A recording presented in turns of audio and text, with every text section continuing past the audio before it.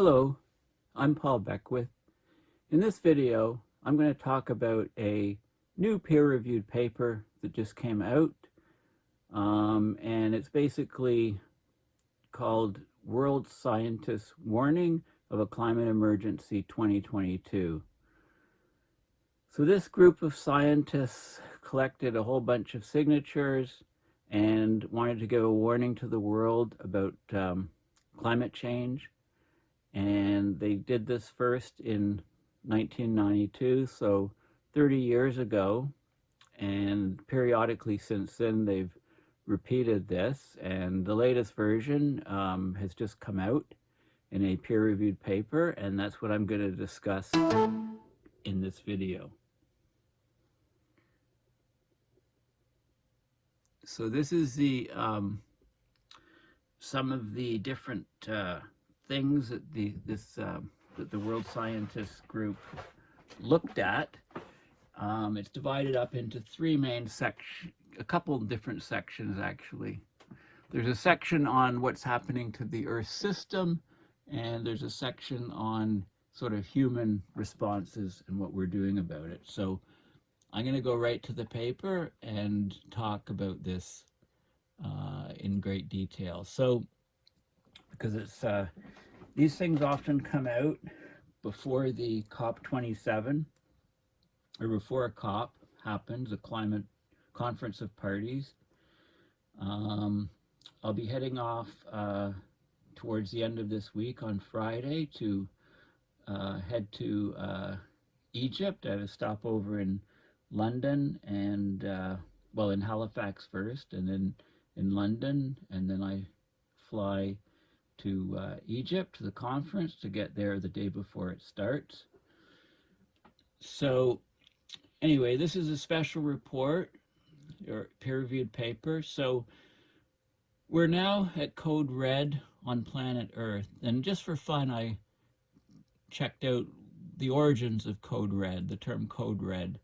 So Code Red was a computer worm that was observed on the web on July 15, 2001.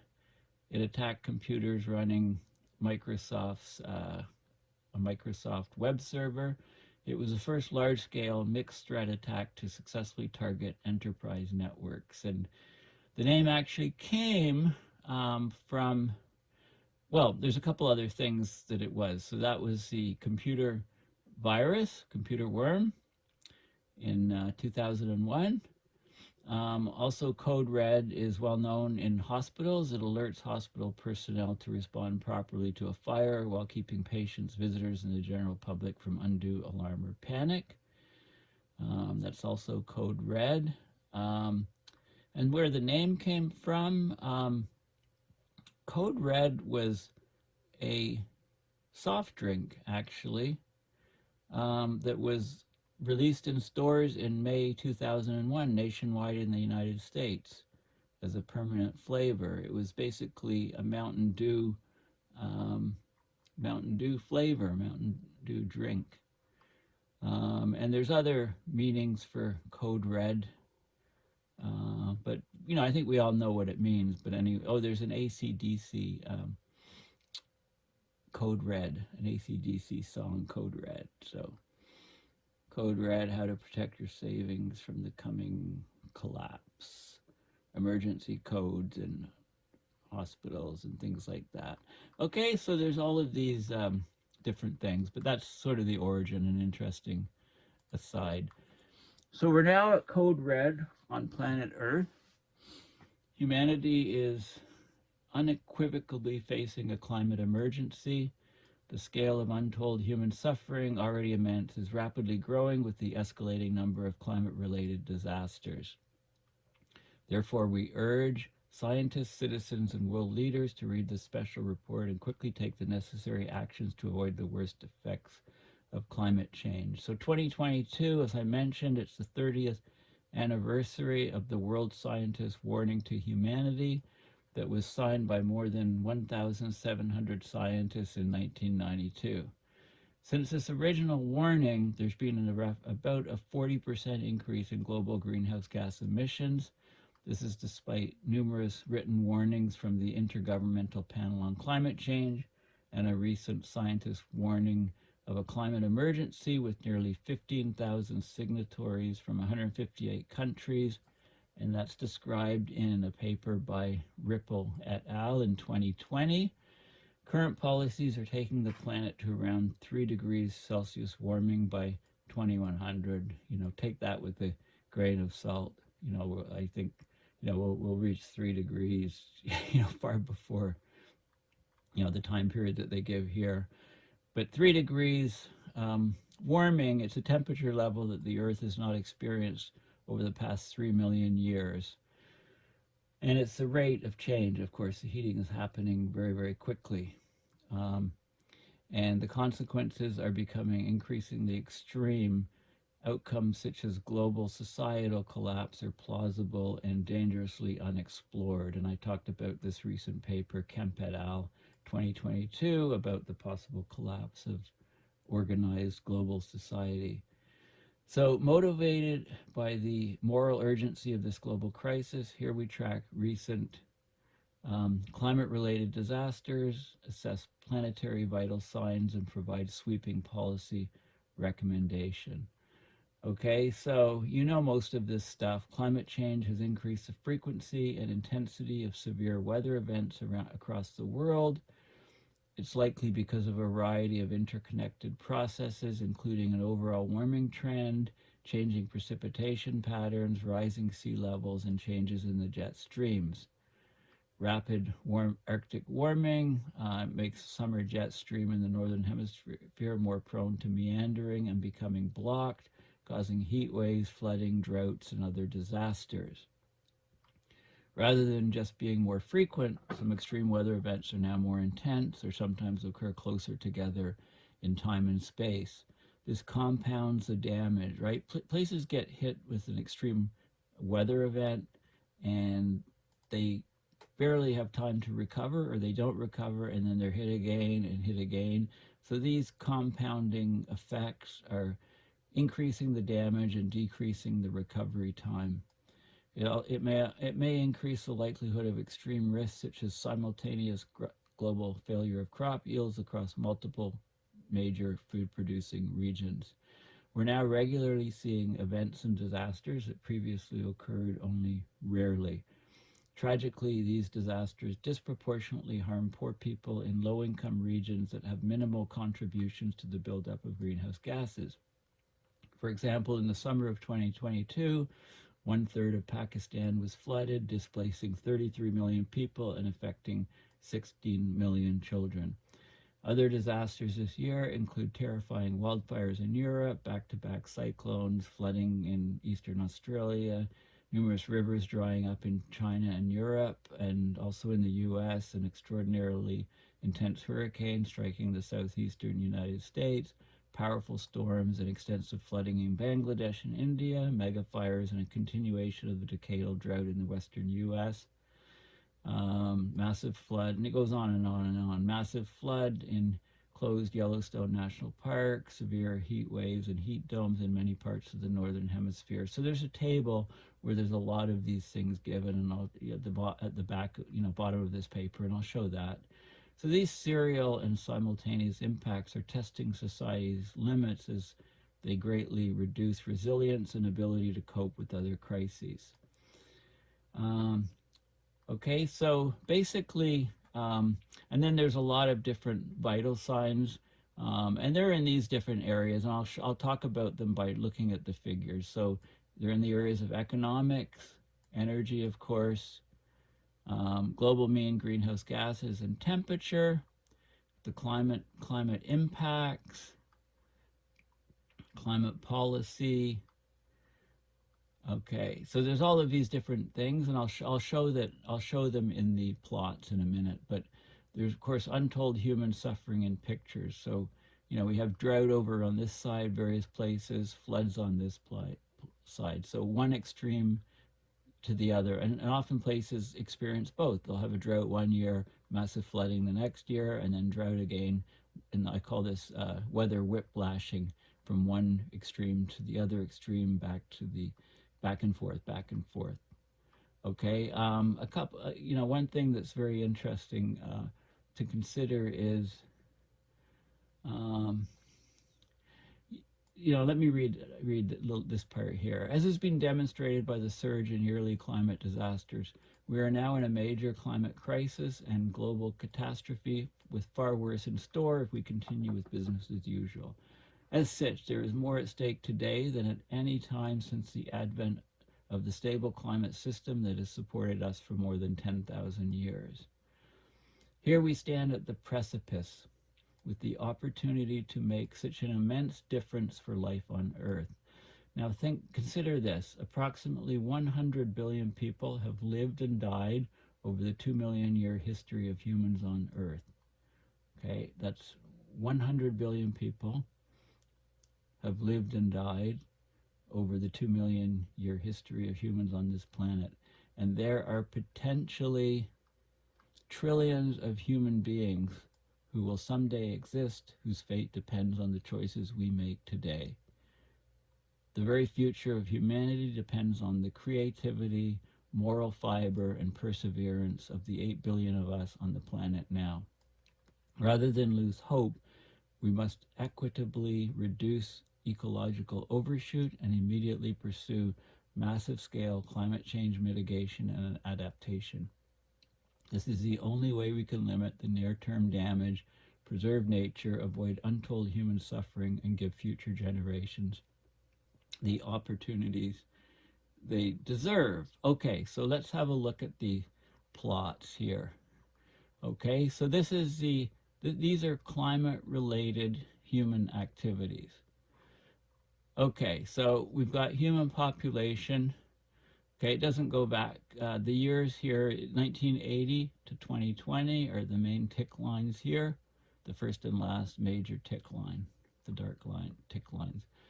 Okay, so we have human population, and on this recent scale, I always think of it as increasing exponentially, and it still is, but on this scale, you can't see the exponential increase. So here we are. We're very, very close to 8 billion people. The total fertility rate, which is this is the average number of births per woman, has been dropping. Okay, it's been dropping over time, so that slows down the population growth. This is the ruminant livestock population. These are billions of individuals. So look at how it's increased. We're over.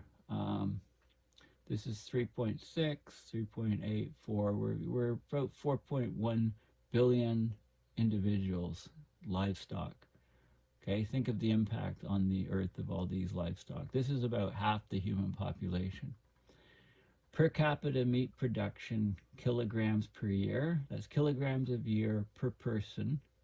And you can see it's hit 45 and it dropped off a bit in the last few years, 42, 43. So it's not increasing at a steady rate. So as more and more people become vegan or vegetarians, eat less meat, maybe once per week, this trend hopefully continues rapidly. This is world GDP. A little pause here for recession, I guess. Pause here for the COVID shutting down the global industrial production, and it's picked up again up here. Okay, so that metric is still growing. Global tree cover loss, millions of hectares per year. Very strong trend upward, but at least it's backed off from the highest, but it's still a strong trend upward. That's millions of hectares per year lost of global tree coverage. The Brazilian Amazon forest loss in millions of hectares per year, it was very high, close to pushing up to about 2.8, in some previous years, and it dropped off significantly, but it's on its way up again, hopefully with Lulu winning the Brazilian election, the second round. Hopefully this is restrained and goes back down again. This is global energy consumption in exajoules per year. So oil, coal, gas, solar wind. At least solar wind is on the chart. Up to more recently, it would show as a flat line on this type of scale, but it's starting to increase. So hopefully this increases exponentially, and we can get all these others to drop. But they're not yet, and they showed the drop from the virus years, and now they're back trending up again. And the profits for the different fossil fuel companies just came out recently, and record high profits yet again. Air transport, this is billions of passengers carried per year, was increasing exponentially, and a big drop from the COVID years. And probably the most recent data is showing that it's recovered, but this is less number. This is a 2020 number. It's probably back up to here again or something like that. Total institutional assets that are divested. This is divested in trillions of US dollars. That's divested out of fossil fuels. And, it only started, it was zero until, here, which would be about that's about 2013, something like that. And then it started to be measurable, and it's been increasing rapidly. This is CO2 emissions, gigatons of CO2 equivalent per year. And we're up to, so we reached about 38 or so, a dip from COVID, and now it's back up. We've got to slash CO2 emissions. Per capita, that's CO2 emissions, that's tons of CO2 equivalent per year. This is on a global basis, so it reached about 5.1 or something. It dipped down, and now and then it's sort of headed back up. I mean, it's yeah. So we need it to dip down and to stay down and to go way down. Greenhouse gas emissions covered by carbon pricing. Okay, so this is of all the greenhouse gas emissions, how much are covered by carbon pricing. We're pushing about 22.5% or so the trend is in the right direction. Carbon price, which is the dollars per ton of CO2 emissions, we reached a high of just over 30, dipped down to about 8 or something, and it's heading back up. It's about, it's under $15 per ton. The higher this is, the less incentive there is to have combustion and create these emissions. These are fossil fuel subsidies, billions of US dollars per year. Globally it was 600 billion, dropped right down here. It dropped as low as 200, but now it's well over, 450. So it shot back up after the virus years.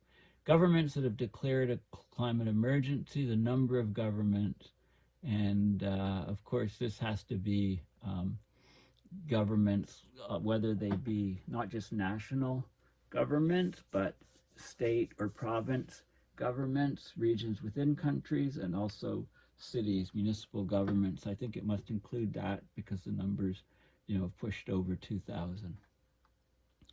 Okay, so we'll go back to, this is a time series of climate-related responses.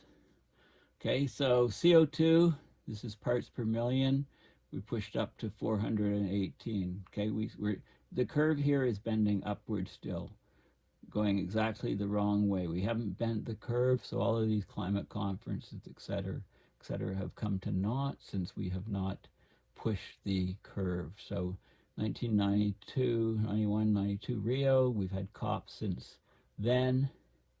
We've had COPs every year, large climate conferences, CO2 is still going up. So this is the single most important metric, I would say. Methane flattened out here in the 2000s, but look at the tear, and it's actually rising at record high rates. This is very concerning, the methane levels and the rise in the last few years. Nitrous oxide, again, steadily upwards and accelerating. The curve is bent upwards. Surface temperature anomaly change in degrees Celsius. Okay, so we're here. We've had 3 years of La Nina. You know, when we get um, an El Nino, you know, we'll expect to set new global records here. It's spiky because of internal variability. This is the minimum Arctic sea ice in terms of millions of square kilometers. This will be in mid-September, and you know, trending down rapidly. We thought the ice was going to vanish here, but there are some feedbacks that are keeping it around for a bit longer. But so you know, we'll see what happens. Greenland ice mass change. This is Greenland ice mass loss. All of this is this loss of mass leads to sea level rise, and you can see, you know, how it's a pretty steady trend downwards. More and more Greenland ice mass has been lost. Antarctic ice mass change in gigatons. So we've seen, you know, large increase in loss of Antarctic ice mass as well. Very strong trend downward. Glacier thickness change. This is meters of water equivalent. So glaciers on mountaintops, etc., are all rapidly vanishing. The trend is strongly down if you look at the global average.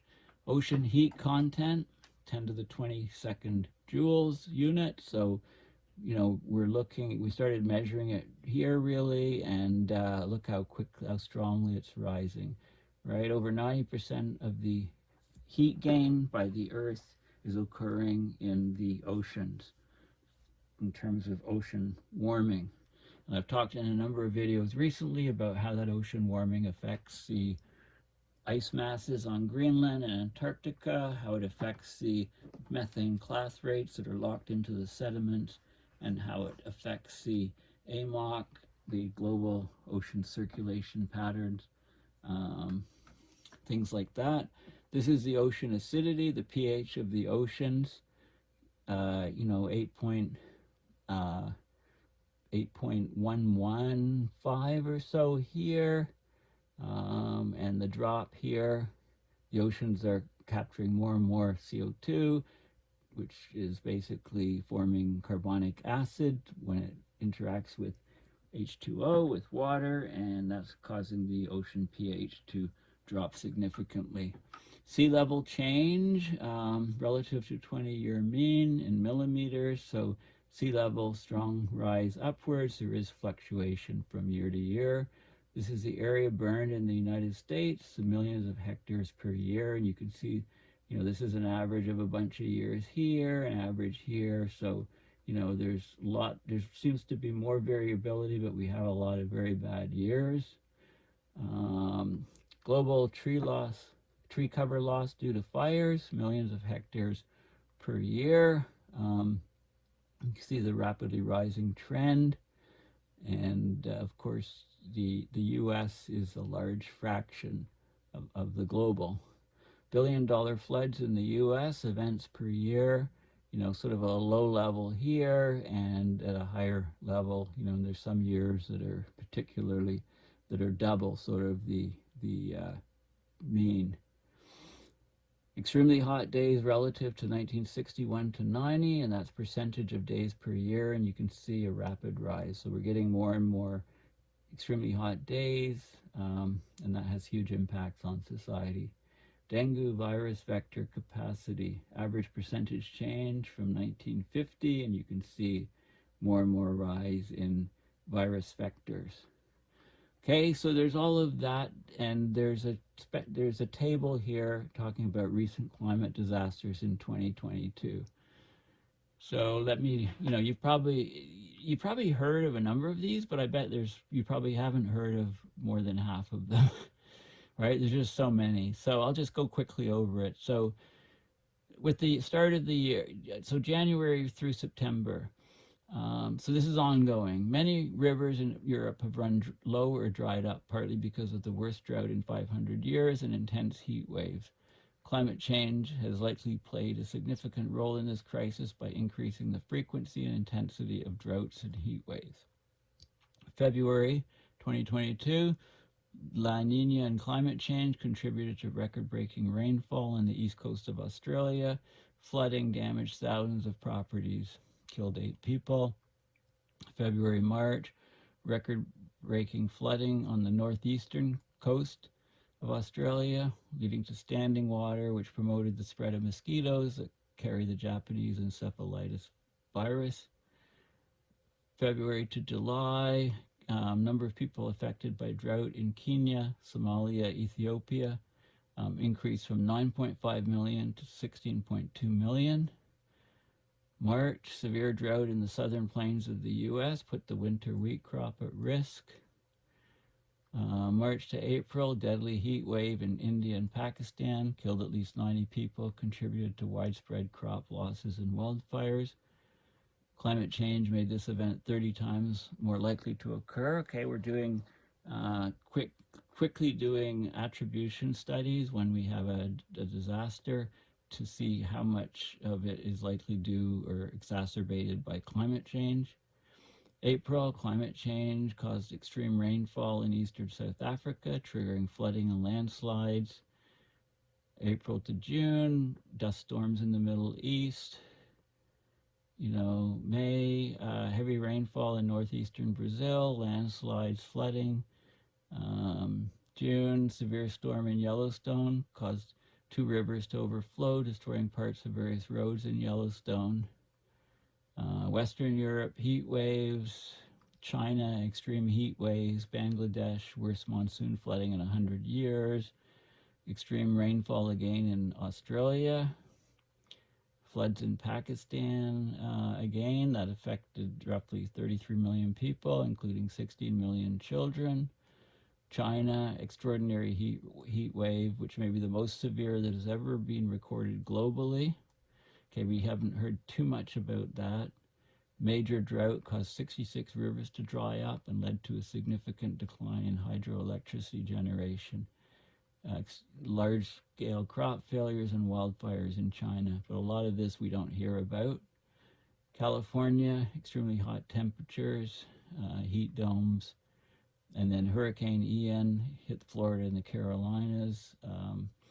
We had Hurricane Fiona up, in Canada. It doesn't even make this list, right? So there's more and more stuff on here. Right, so I think one of the key things, apart from all of the data and stuff, and I'll just repeat it here, because this is a very important issue. Okay, how much we have at stake. So we stand at the precipice with the opportunity to make such an immense difference for life on Earth. 100 billion people have lived and died over the 2 million year history of humans on Earth. Okay, so think about that for a while. There are potentially trillions of human beings who will someday exist, but their fate depends on the choices we make today. The very future of humanity depends on the creativity, moral fiber, and perseverance of the 8 billion of us on the planet now. Okay, so that's, I think that's the most important message and statement in this paper. And I just want to show you, there's a site here called Climate Visuals, which is referred to in the paper I've just been discussing. And they have, let's look at the image library. So there's all kinds of images on all of these different topics. Okay, it's an interesting website. So let's click on Ocean Visuals, which I think is one of their newest categories here. So it's called climatevisuals.org. Okay, so this is the ocean theme. So you can go through